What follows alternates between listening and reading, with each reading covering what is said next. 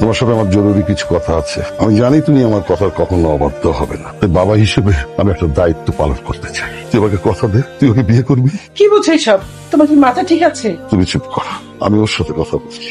বাবা উনি আমার ভাইয়ের ওয়াইফ, এইটা তো কখনোই চেঞ্জ হবে না, এটা ইম্পসিবল। সরি বাবা। তাহলে শোন, তুই যদি রাজি না হোস আমি জয়ীকে নিয়ে এই বাড়ি থেকে চলে যাব। আমি জানি আপনি আমাকে কোনোদিন ক্ষমা করতে পারবেন না, আমার কারণে আপনাকে এরকম একটা সিচুয়েশন ফেস করতে হচ্ছে। আমিও সরি। আমি একটা মেয়েকে অনেক ভালোবাসি, আমার জীবনে একটা মানুষ থাকার পরেও আমি অন্য আরেকটা মানুষকে বিয়ে করেছি। আমার যে এখন কি করা উচিত এটাই বুঝতে পারছি না। তোমার সাথে যেটা হয়েছে এটা অনেক খারাপ হয়েছে। আমি না জাস্ট একটা জিনিস জানি, আমি তোমাকে অনেক ভালোবাসি। আপনি এসছেন? বাবা মা আপনার জন্য অপেক্ষা করতে করতে ঘুমিয়ে পড়েছে। আমি আপনার জন্য ডিনার রেডি করে রেখেছি, আর আমিও খাবো না, খাইনি। খেয়ে আসছি বাড়ি থেকে। আমি আজকে প্রমির সাথে দেখা করতে গিয়েছিলাম, ওকে আজকে সবকিছু বলে এসেছি। জি। ওকে এটাও বলেছি এদিকে সবকিছু সর্ট আউট করার পরে আমি এই সম্পর্কটা শেষ করে ওকে বিয়ে করবো। শুরুতে একটু কান্নাকাটি করছিল, পরে বুঝিয়ে বললাম আসলে অনেকদিনের সম্পর্ক তো, কেউই কাউকে ছাড়া থাকতে পারবো না। কিন্তু দেখেন আমি না আপনার জীবনের ভালো মানুষটা না হতে পারলেও আপনার জীবনের খারাপ মানুষটা হতে চাই না। আমি চাই না যে সেলফিশের মতো নিজেরটা নিজে গুছিয়ে দেন হঠাৎ করে আপনাকে ডিভোর্স দিয়ে গায়েব হয়ে যেতে। ভাইয়ের কাছে শুনেছি আপনি জব করতে চাইতেন। জি। শুরু করছেন না কেন? এখানে আপনি আপনার মতো এক্সপিরিয়েন্স গ্যাদার করতে থাকেন, আপনি ওখানে সেট হয়ে গেলে তখন আমরা মিউচুয়ালি ডিভোর্সটাও কমপ্লিট করলাম। জি, আমিও ভাবছিলাম আমার কিছু একটা করা উচিত। এসির টেম্পারেচারটাকে একটু বাড়িয়ে দেওয়া যায়? আপনাকে একটা কথা বলবো? জি। আমার মনে হয় আপনি আজকে উপরে ঘুমান। কোনো সমস্যা নেই, আমি এখানে ঘুমাবো। আপনি এখানে ঘুমান, আমি বাইরে ম্যানেজ করে নিচ্ছি। আপনাকে একটা কথা বলি। জি। আপনি এভাবে বাইরে গিয়ে ঘুমালে বিষয়টা ভালো দেখায় না, বাবা শুধু শুধু সিন ক্রিয়েট করবে, তাই আপনি এখানেই ঘুমিয়ে যান। আপনাকে একটা কথা বলি, আমার বাবা আপনার থেকে আমি ওনাকে একটু ভালো চিনি, আমাকে ডিল করতে দেন। আসসালামু আলাইকুম বাবা। ড্রয়িং রুমে গিয়ে এসিটা ছেড়ে সোফায় ঘুমিয়ে পড়বি। আমি যখন সকালবেলা এসে জিজ্ঞেস করব এখানে শুয়েছিস কেন, তুই বলবি ঘুম এসে গিয়েছিল, শুয়ে পড়েছি। সরি, বুঝলাম না বাবা। বদল যা।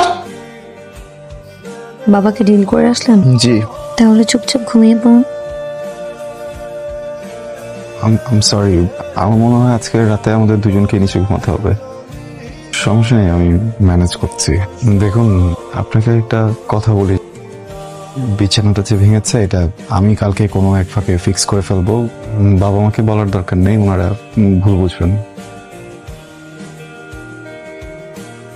কিছুদিন আগে যে মানুষটাকে ভালোবেসে বিয়ে করেছি, আজকে তারই ছোট ভাই আমার হাজবেন্ড। কিন্তু কিছু করার ছিল না, আমার কিছু বলার ছিল না। যখন আমি ভেবেছি যে ঠিক আছে এবার কোনোভাবে সংসারটাকে গুছিয়ে নেই, তখন দেখলাম সেও আমাকে ছেড়ে দিয়ে তার জীবনটা গোছাতে চায়। এখানেও তো আমার কিছু বলার নেই। কিছু কিছু মানুষ পৃথিবীতে আসলে কিছু পেতে আসে না, আমি হয়তো বা ওই মানুষগুলোর ভেতর একজন। আম রিয়েলি সরি, আসলে আমার আজকে একটু ঘুম থেকে উঠে দেরি হয়ে গেছে, তো সেজন্য নাস্তাটা বানাতে একটু লেট হয়ে গেল। প্রবলেম নেই, আমি একটু বেরোচ্ছি। আপনি প্লিজ না নাস্তাটা করে যান। আমি একটু রাশ আছে, এখন বেরোতে হবে, খাবো না। 2 মিনিট লাগবে বসে নাস্তা। কথাটা কেন বুঝতে পারছেন না? আমার যদি ক্ষুধা থাকতো আমি নিজেই খেয়ে নিতাম। প্লিজ।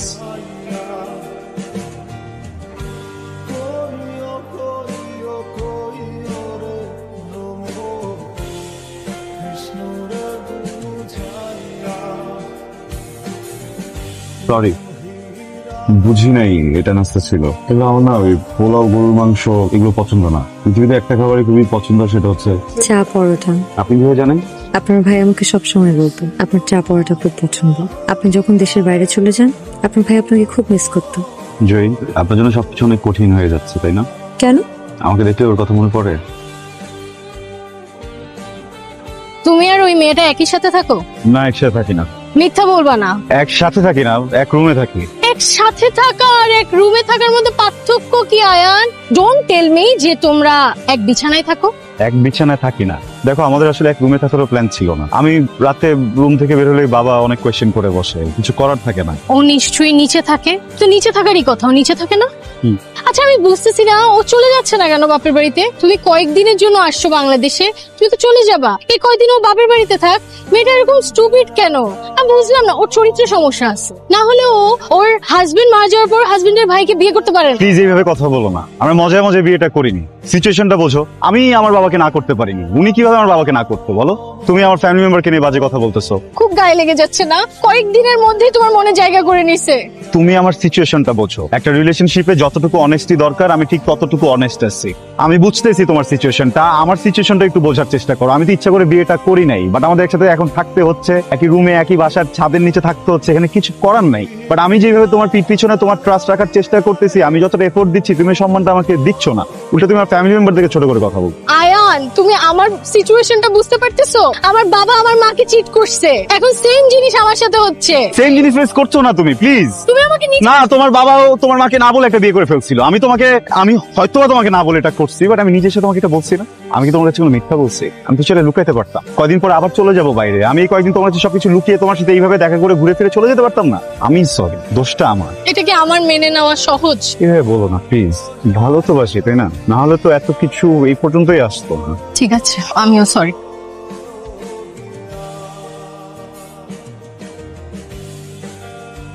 এক্সকিউজ মি, প্রত্যেক দিন কেন এখানে এভাবে অপেক্ষা করেন বলেন তো? আপনার আপনার মতো খেয়ে দিয়ে শুয়ে পড়লেই তো হয়। আপনি এখানে থাকেন, এটাও তো আসলে বাসার কেউ দেখলে এখানে ঝিমানোর তো কোনো মানে হয় না। হয় ঝিমাবে না তো কি করবে? বিয়ে করেছো, এখন সংসার গুছাবে, তা না? কি শুরু করেছো তুমি? এটা কোনো কথা? সরি বাবা। এখানে তো সরি বলার কিছু নেই। সংসারটা সুন্দর করে গোছাবে, কিভাবে ভালো থাকবে সেই চেষ্টা করবে, তা না? রাত করে বাসায় ফেরো। তোমার বউ ঝিমাবে না তো কি করবে? ও ভদ্র ঘরের মেয়ে, এই জন্য ঝিমায়। ফাতরা টাইপের মেয়ে হলে ঘরে গিয়ে ঘুমাতো। এই তোমার কি হয়েছে? ছেলেটার সাথে এই ধরনের ব্যাপার করতেছো কেন? ছেলেটা আমার কতদিন পর দেশে আসছে, বন্ধু বান্ধবের সাথে একটু সাক্ষাৎ করতে দেরি হয়ে গেছে। না, দেখা করে রাত করে বাড়ি ফিরবে কেন? ওর ঘরে বউ নেই? আরে বাবা ঠিক আছে, সব ঠিক আছে, তুমি একটু শান্ত হও। বৌমা, তুমি রুমে যাও।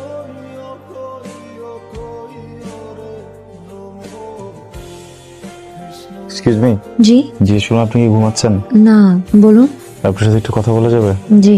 আচ্ছা, আমি তো অনেক লেট করে আসছি, আপনি তো আমাকে খাবারের কথা জিজ্ঞেস করলেন না, আমি খাবো কিনা খেতেও বললেন না। আপনি লেট করে এসেছেন তো আমি ভাবলাম আপনি খেয়ে আসছেন, সেজন্যই তো জিজ্ঞেস করিনি।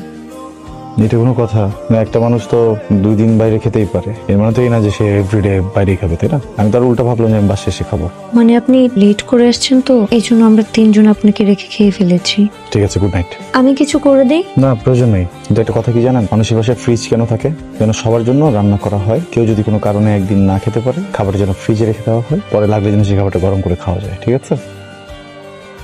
উঠতে হবে না, আমি খাবো না। তুমি কি কিছু ভেবেছো? কি ব্যাপারে? অনেকদিন তো বিদেশে থেকেছো, এবার তো সংসার হয়েছে, দেশে একটা কিছু করার প্ল্যান করো। আর কালকের জন্য আমি সরি, তুমি তো সব জানো মেয়েটার উপর দিয়ে কি কি গেছে। এই জন্য তোমার কাছে আমার রিকোয়েস্ট, মেয়েটাকে একটু সময় দাও। সামির, সারপ্রাইজ। তুমি কেন? আমি তোমাকে সারপ্রাইজ দিতে চাইছিলাম, তুমি উল্টা আমাকে সারপ্রাইজ দিয়ে দিলা। আর তুমি যে আমাকে নিয়ে এত প্ল্যান করছো, এতেই আমি অনেক সারপ্রাইজ। এটা নাও। তারপর আজকে তোমার বার্থডে। আরে বার্থডে আমার অনেক আসবে, সারপ্রাইজ অনেক দিতে পারবা। কিন্তু একটা সমস্যা হয়ে গেছে। কি সমস্যা? সমস্যাটা হচ্ছে যে তুমি আর আমি একটা রিলেশনশিপে গেছি, তাই না? এটা তো কেউ জানে না, অ্যাটলিস্ট তোমার আর আমার ফ্রেন্ডরা তো জানতে পারে। দেখো, আমি নজর জিনিসটা অনেক বিশ্বাস করি, তুমি জানো আমি চাই না তোমার আমার সম্পর্কে কারো নজর লাগুক। তুমি দেখো আমার বাবা আর মার কত সুন্দর একটা সম্পর্ক ছিল, কার না কার নজর লেগে এত সুন্দর সম্পর্কটা আজকে আলাদা হয়ে গেল। তোর বাপ মায়ের ছাড়াছাড়ি কি নজর লাগার জন্য হয়েছিল, নাকি তোর বাপ তোর মাকে চিট করছিল বলতো? আয়ান, তুমি এখানে? আমি এখানে এটা পরে বলতেছি, যেটা জিজ্ঞেস করছি এটার উত্তর দে। কেউ তুই এভাবে কথা বলতেছিস কেন? একটা মেয়ের সাথে কিভাবে কথা বলতে জানোস না? বের হ এখান থেকে। আমি তোর প্রিভিয়াস ভার্সন। আমি যখন ডুবতেছিলাম তখন আমার বাঁচানোর মতো কেউ ছিল না। তুই শুকুর কর যে তোরে বাঁচানোর জন্য আমি এসেছি। যা এখান থেকে। আয়ান, ওর কোনো দোষ নাই। ওর দোষ নাই না? দোষটা কার তাহলে? ওর যদি দোষ না থাকে দোষটা কার? দোষটা কি আমার নাকি তোমার? তোর দোষ। আয়ান দেখো, দোষটা কারো না, দোষটা তোমার আমার সিচুয়েশনের। নিজেকে আমার জায়গায় দাঁড় করায় দেখো। তুমি একটা মেয়ের সাথে 5 বছর সম্পর্কে ছিলা, 3 বছর তুমি অপেক্ষা করছো, সে বাহিরে ছিল যে আসতে তুমি বিয়ে করবা। সে ঠিকই দেশে আসলো, সে ঠিকই বিয়ে করলো, কিন্তু তোমাকে বিয়ে করলো না, অন্য একজনকে বিয়ে করলো। এটা তুমি মেনে নিতে পারতা, কিন্তু আমার এটা মেনে নিতে হয়েছে। আর তুমি দেখো আজকে তুমি আমাকে একটা ছেলের সাথে শুধু দেখছো, এটা তুমি মেনে নিতে পারো নাই। তুমি ছেলের গায়ে হাত তুলে ফেলছো। আমি তাহলে এখন কি করব? দেখো, বলা অনেক সহজ যে অপেক্ষা করব, কিন্তু করা এত সহজ না। আমি তো তোমাকে অপশন দিচ্ছিলাম না, তুমি যদি চাও তুমি আমাকে ছেড়ে চলে যেতে পারো, তখন চলে যেতাম। এটা তো করার দরকার ছিল না, তাই না? এখন যদি তুমি তোমার ওয়াইফকে ডিভোর্স দিয়েও আমার কাছে চলে আসো, আমি তারপরও তোমার সাথে যাব না, কারণ আমার সেই বিশ্বাসটা তোমার উপর থেকে চলে গেছে। এটা সম্ভব না, ইটস ওভার।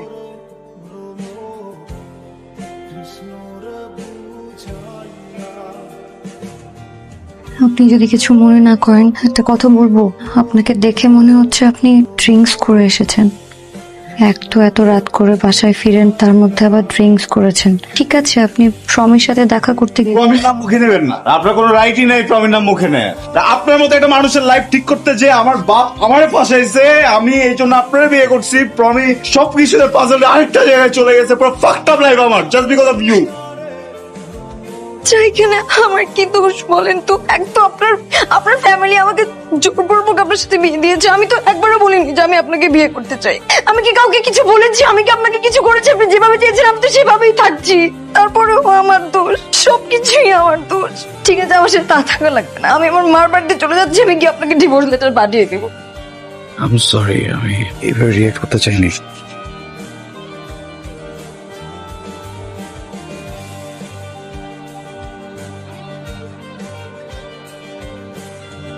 যাচ্ছি। আপনি কি আমাকে কিছু বলতে চান? আমি কি বলবো? এটা আপনার জন্য। কি এটা? Divorce letter. আব্বা, তোর কিন্তু একটা বড় অভ্যাস আছে। তুই বিদেশে যাওয়ার পর একবারে যোগাযোগ বন্ধ করে দিস। এবার যেন এরকম করিস না। তুই নিজের খেয়াল রাখিস, ঠিক মতো খাওয়া দাওয়া করিস।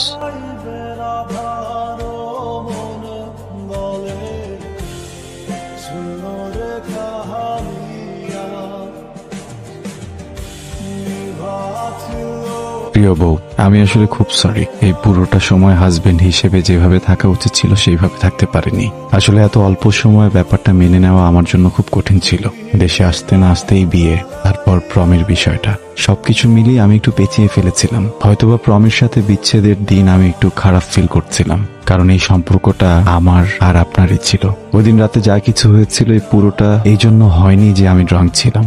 আপনি আমার ওয়াইফ, আসলে একটা অধিকারের জায়গা আছে, কিন্তু এরপর কি বলবো না বলবো বুঝে উঠতে পারছিলাম না। ভেবেছিলাম হয়তো আপনি কিছু বলবেন, আপনিও কিছু বলেননি, আর আমিও কিছু ফেস করতে পারছিলাম না। কিন্তু এখন বলতে চাই, আমি আপনাকে ভয়ঙ্কর ভাবে ভালোবাসতে চাই, একটা সুন্দর সংসার সাজাতে চাই।